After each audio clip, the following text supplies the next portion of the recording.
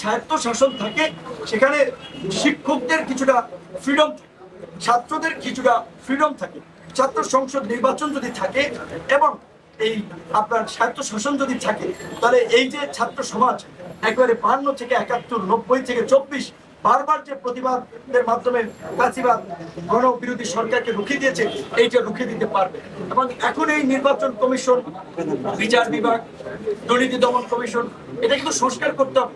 এই যে 16 লক্ষ কোটি টাকা দেশে গত 15 বছরে পাচার হয়ে গেছে, এই পাচারকৃত অর্থ ফিরিয়ে আনতে হবে, দেশের উন্নয়নের কাজে লাগাতে। দেশের মেধাবী সন্তানরা যারা এই দেশে মূল্যায়ন না পেয়ে দেশ ত্যাগ করে চলে গিয়েছেন, তাদের সাথে যোগাযোগ করে আমরা এই রাষ্ট্র পুনর্গঠনে তাদেরকে দেশে এসে এখন দায়িত্ব নেওয়ার আমরা আহ্বান জানাবো। ডক্টর মোহাম্মদ ইউনূসের মতো একজন প্রোগ্রেসিভ লিবারেল, এতটা broad minded, internationally well known, well connected, এইরকম বিভিন্ন সেক্টরে গুরুত্বপূর্ণ দায়িত্ব পালন করছেন, তাদেরকে বলবো বাংলাদেশ আপনার মা মাটি আপনাকে ডাকছে। এই বাংলাদেশকে নতুন করে বিনির্মাণ করতে হবে। নয়া রাষ্ট্র ব্যবস্থার জন্য রাজনৈতিক সমঝোতার প্রয়োজন হবে। অবশ্যই রাজনৈতিক দলগুলো সেই সমঝোতার আলোকে, আপনারা জানেন যে এই গত নির্বাচনের আগে আপনারা একটা 31 দফা রূপরেখা দিয়েছে। এবং আমাদের প্রবাসী ভাই বোনদের প্রতি আমি একটা জিনিস আহ্বান জানাবো, এখন এটা জনগণের সরকার হবে, ইন্টারিম গভর্নমেন্ট হইলেও আমাদের সমস্ত রাজনৈতিক দলের সমর্থন। কাজে এই যে দেশের যে ইকোনমির যে আপনার বেহাল দশা, এখন থেকে আপনারা প্রত্যেকটা পয়সা পাঠাবেন ব্যাংকিং চ্যানেল, রেমিটেন্সের মাধ্যমে। এখন আমাদের অর্থনীতি সচল করতে হবে।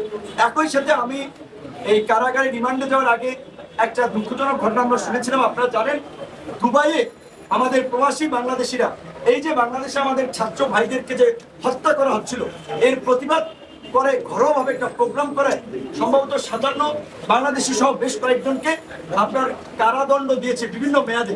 তো আমরা সেখানে দুবাইয়ের যারা দূতাবাসে আছেন, বাংলাদেশের অন্তর্বর্তীকালীন সরকার অবশ্যই সেই আমাদের প্রবাসী বীর মুক্তিযোদ্ধা যারা এই দ্বিতীয় মুক্তিযুদ্ধের জন্য ত্যাগ স্বীকার করতে গিয়ে সেই কারাগারে আপনার বিদেশের কারাগারে বন্দী হয়েছেন, তাদের মুক্তির জন্য ব্যবস্থা করতে হবে।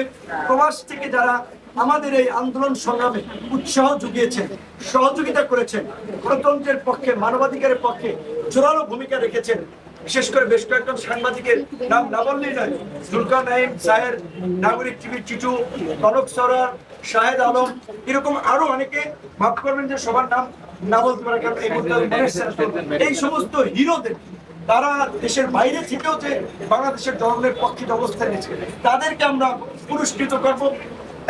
তাসলিম খলিল নেত্র নিউজে সবচেয়ে বড় কাজ করেছে মনির হায়দাররা, আপনারা জানেন। এবং একই সাথে এই দেশে সাগর রুনি সহ এই সাংবাদিকদের হত্যাকাণ্ডের শিকার হয়েছে, তাদের বিচারও আমরা দাবি জানাই এবং আমরা তার জন্য সোচ্চার থাকবো।